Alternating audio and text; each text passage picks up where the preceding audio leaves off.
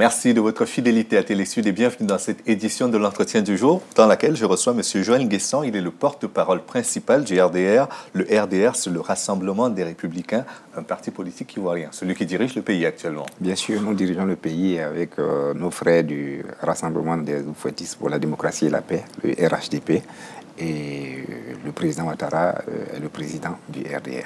Très bien. On a cru entendre quelques sons de cloche pas très satisfaits au sein du RHDP où le PDCI semblerait pas très content des accords et surtout de respect des accords qui ont été signés avec le RDR. Qu'en est-il? Non, ce n'est pas par rapport au respect des accords signés. C'est le PDCI qui est un parti autonome. Lors de son dernier bureau politique, a jugé nécessaire de mettre l'accent sur certains points, d'attirer notre attention en vue de renforcer la cohésion interne au niveau du RHDP. Ce que nous avons compris, certains points sur lesquels, bon, peut-être nous ne tiens pas. Mais comprendre ne signifie pas résoudre. Ah non, il n'était pas question de résoudre quoi que ce soit, c'est leur point de vue. Le RDR aussi a ses points de vue par rapport à ces points qui ont été énoncés. Mais ce sont des faits mineurs, puisque le plus important, c'est notre cohésion. Parce que c'est cette cohésion qui a permis de sauver la Côte d'Ivoire du drame dans lequel le président Gbagbo l'enfonçait progressivement. D'accord. Mais est-ce que votre position à l'Assemblée nationale, je veux dire celle du RDR, une position de majorité plus qu'absolue, ne fait pas que vous pouvez aujourd'hui négliger vos différents partenaires? Non, nous n'allons pas les négliger. Le RDR n'est pas un parti hégémoniste. Nous n'allons pas les négliger. Nous allons tenir compte de leur avis parce que notre pays a besoin d'avis contraires, de propositions contraires. Et c'est de la contradiction que naît, je dirais, la vérité. Et surtout, c'est de la contradiction que les pays évoluent. Donc, sur cette base, nous n'allons pas nous comporter en parti majoritaire qui va dicter ses lois. Il y aura des débats francs, ouverts avec nos frères du RDR, du RHDP à l'Assemblée nationale. De l'autre côté, est-ce que ce n'est pas une union que de chefs qui a présidé à la création du RHDP? Je m'explique. On a l'impression aujourd'hui que ce sont les têtes de partis qui se sont alliés et pas forcément la base, même si le résultat électoral a été plutôt un franc succès, mais on a l'impression que c'est davantage les têtes qui se sont alliées plutôt que les partis dans toute leur structure. Vous l'avez dit vous-même. Si c'était les têtes seules qui s'étaient alliées, eh bien, on n'aurait pas obtenu les résultats à l'élection présidentielle. C'est que les bases elles-mêmes sont en symbiose.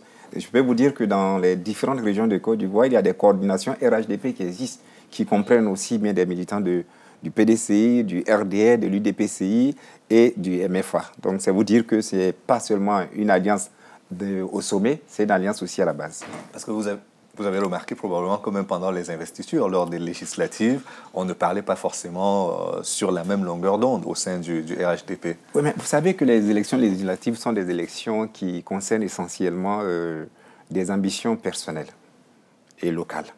Donc il était tout à fait normal que des gens qui avaient envie de faire de la politique décident de faire valoir leurs ambitions locales, leurs ambitions personnelles, sans forcément même suivre la ligne de la direction de leurs différents partis. Donc, quand nous avons signé ici à Paris la plateforme du RHDP, nous avons convenu que pour les élections locales, soit nous allions de manière consensuelle ou bien de manière séparée. Et nos chefs n'ayant pas été compris par la base, ils ont proposé qu'on y aille de manière séparée, tout en laissant à chaque postulant la possibilité de se présenter en fonction de son poids réel. Donc, c'est ce que nous avons pas tout à fait à côté de l'analyse. Non, vous n'étiez pas à côté de l'analyse, mais la chose la plus importante, c'est qu'à la fin, tous nos militants reconnaissent que nous avons des chefs, en l'occurrence le président Rikona Bédié, le président Alassane Dramane Ouattara, le président Mabri, le président Anaki, et que c'est quand ceux-là décideront de la ligne à tenir pour la suite des futures élections, et c'est cette ligne-là que nos militants vont suivre. Mais je veux vous dire que la cohésion est réelle. C'est vrai, sur certains points de détail, on ne s'entend pas, mais sur l'essentiel, on s'entend. D'accord. Mais est-ce qu'on peut imaginer un destin pour le RHDP qui soit sensiblement pareil à celui de l'UMP en France, où la coalition a débouché sur une vraie fusion des différentes parties prenantes? Cela n'est pas exclu. La politique, c'est la seule appréciation des réalités du moment. Si à un moment donné, nos dirigeants estiment que cette fusion s'impose, ils vont certainement interroger la base, les différentes bases, et puis à partir de cet instant, ça va se réaliser. Donc, je ne pense pas qu'il faille exclure quelque schéma que ce soit. D'accord. Revenons maintenant à l'actualité ivoirienne elle-même. Pendant quelques mois, on a parlé de réconciliation. C'est vrai qu'aujourd'hui, on ne sait pas exactement où on en est précisément avec cette commission dialogue, vérité et réconciliation, mais le fait d'actualité majeur, c'est qu'il y a eu cette tentative de coup d'État dont a parlé le ministre de l'Intérieur à la télévision. Qu'en est-il concrètement? Bon, d'abord, pour parler de la réconciliation, il faudrait savoir que c'est un processus. On ne sort pas d'une guerre comme si on sortait d'une boîte de nuit ou bien d'une fête. C'est un processus qui touche aussi bien les mentalités que les comportements des uns et des autres. Il y a une commission qui a été mise en place, qui a un processus, oui. Et cette commission travaille. Contrairement à ce que les gens croient, cette commission travaille, elle a déjà abattu... On ne l'entend pas beaucoup. Hein. Médiatiquement, il y a eu des sorties où on a vu le président s'agenouiller pour demander pardon et ainsi de suite. Mais derrière, on n'a pas l'impression que la machine continue de travailler. La machine travaille et nous en sommes témoins parce que si vous allez aujourd'hui en Côte d'Ivoire, vous constaterez que les Ivoiriens aspirent à se réconcilier. C'est parce qu'il y a un travail de fond qui se fait. On n'a pas besoin forcément d'étaler sur la place ce qui se fait dans ça. Ça ne va pas durer toute la durée du mandat du président. Vous savez, se réconcilier, ce n'est pas une affaire d'1 an. Hein. Quand les plaies ont été profondes, des fois, il faut du temps.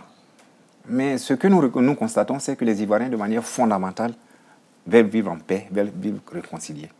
Vous avez parlé de l'attaque, du moins la tentative de coup d'État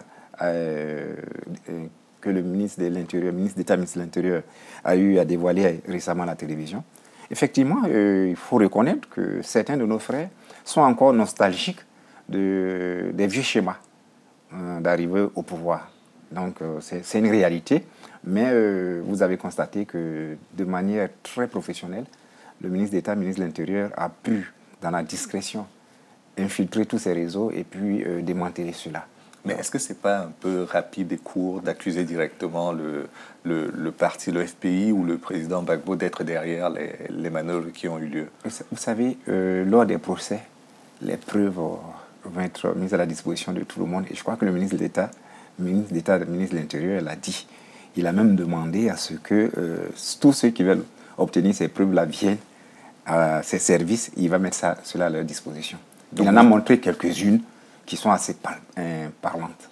Et donc, pour ça, je crois qu'il n'y a pas trop à douter de ce qu'il a eu à dire et à montrer. À ce niveau de la responsabilité, on ne fait pas dans la délation.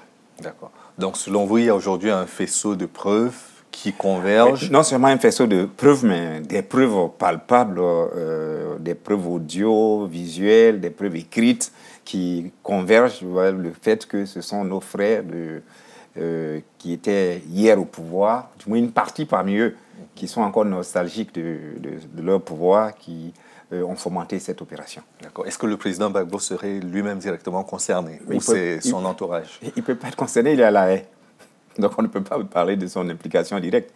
Il est à la haie. D'accord. Vous avez lu le communiqué qu'il a fait rédiger dans lequel il se désolidarisait par rapport à l'action et où... Oui, mais ça c'est tout à fait normal. Je vous l'ai dit, il est à la haie, donc il est difficile qu'aujourd'hui de prétendre que M. Gbagbo est impliqué dans ce coup d'État. Mais par contre, ses proches, qui sont nostalgiques des vieux schémas, ça, on peut le comprendre. On peut le comprendre. Mais bon, le ministre d'État, ministre de l'Intérieur, leur a dit, hein, c'est des schémas qui ne peuvent pas prospérer. D'accord. Maintenant, sur l'opération main propre, on a assisté à un léger remaniement ministériel au sein de l'équipe gouvernementale actuelle où le ministre Victogo a finalement cédé sa place à l'ancien ambassadeur en France. Où est-ce que le dossier en est? Est-ce qu'on a pu faire la lumière sur cette affaire de trafigura et de fonds qui devaient être versés aux victimes de pollution? Concernant cette affaire, nous laissons le soin à la justice de mener ces investigations. Vous savez, vous là autour de ces affaires-là brouille un peu les pistes. Le ministre Bitogo a rendu sa démission du gouvernement, puisqu'il était cité dans cette affaire. Il a rendu sa démission pour se mettre à la disposition de la justice. Le lendemain, il est parti lui-même rencontrer les juges pour donner sa version des faits. Donc, à mon sens, il faut attendre que la justice elle-même se prononce et que le jour où il y aura un procès, si procès il y a, on pourra dire oui ou non si c'est une opération qui, comme vous l'avez dit, opération main propre, ainsi de suite. Pour l'heure, le ministre Bitogo, pour ne pas gêner l'action du gouvernement et l'action du chef de l'État, a décidé de se mettre entièrement à la disposition du président de la République et le président a accepté cela. D'accord. La Côte d'Ivoire préside la CEDEAO actuellement et elle a son mot à dire Bien sur sûr. les différentes évolutions politiques, voire les crises politiques que connaît cette région. Aujourd'hui, on a la situation en Guinée-Conakry qui n'est pas très confortable. On a le Mali qui est encore moins confortable. Au niveau politique, est-ce que vous vous impliquez auprès du chef de l'État pour apporter une réponse à ces différentes situations politiques? C'est un dossier qui est traité directement au niveau du chef de l'État, du ministre d'État, ministre des Affaires étrangères et du ministre des Affaires africaines, chargé de l'intégration africaine. Nous, en tant que parti politique RDR, notre préoccupation, c'est d'encourager le chef de l'État et son gouvernement pour trouver une issue heureuse à tout ce qui se passe en Guinée-Bissau et au Mali. Parce que vous voyez, le président Ouattara, qui a épris de démocratie, supporte difficilement qu'au XXIe siècle, il y a encore des États où des individus se lèvent et ce n'est pas les âmes qui veulent gouverner. Donc nous, on les encourage. Et nous avons, au niveau de notre parti, lancé un appel au peuple frère du Mali et de Guinée-Bissau pour leur demander de savoir raison garder et de se dire que c'est le plus important quand on dirige un pays. Le plus important, ce n'est pas les coups de force, mais c'est le bien-être des populations. Au début, j'évoquais votre proximité avec l'UMP en France. Est-ce que cette proximité avec la France, au niveau des partis politiques, vous la vivez également au sein de la région, avec le Sénégal par exemple, où un libéral est arrivé au pouvoir, ou au niveau de l'opposition dans les autres pays, la Guinée-Conakry et les autres pays? Le RDF fait partie de ce qu'on appelle l'international libéral.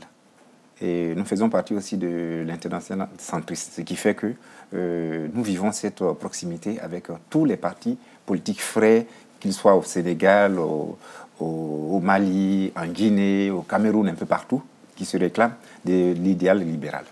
Et comment vous avez vécu la succession au Sénégal? Parce que c'est au sein de la même famille libérale que la succession s'est effectuée. Nous avons beaucoup apprécié ce qui s'est passé au Sénégal parce que le président Ouad nous a montré qu'il était un véritable démocrate. Il a accepté. C'est l'un des parrains de Bien sûr, il est Ouattara. très proche du président Ouattara. Il a accepté qu'il a perdu les élections. Comme quoi, vous savez, les libéraux sont des gens qui peuvent accepter facilement le jeu démocratique, contrairement aux autres. D'accord. Et la continuité de la relation avec Macky Sall, elle se fait facilement? Bien sûr, Macky Sall est un jeune frère du président Ouattara, donc ne vous en faites pas. Nous faisons tous partie de ce qui est qu'on appelle les structures, les partis politiques ayant comme idéal le libéralisme. Donc ne vous en faites pas, leurs entretiens, leurs rapports sont excellents. Merci, Monsieur Joël Nguessan, porte-parole principal du RDR, le Rassemblement des Républicains. J'espère que vous reviendrez avec des nouvelles encore plus intéressantes la prochaine fois. Bien sûr, ce sera avec plaisir que je reviendrai. Merci d'être venu et merci à vous d'avoir suivi l'émission jusqu'à son terme. Rendez-vous demain pour une autre édition de Nocturne Jour. À bientôt.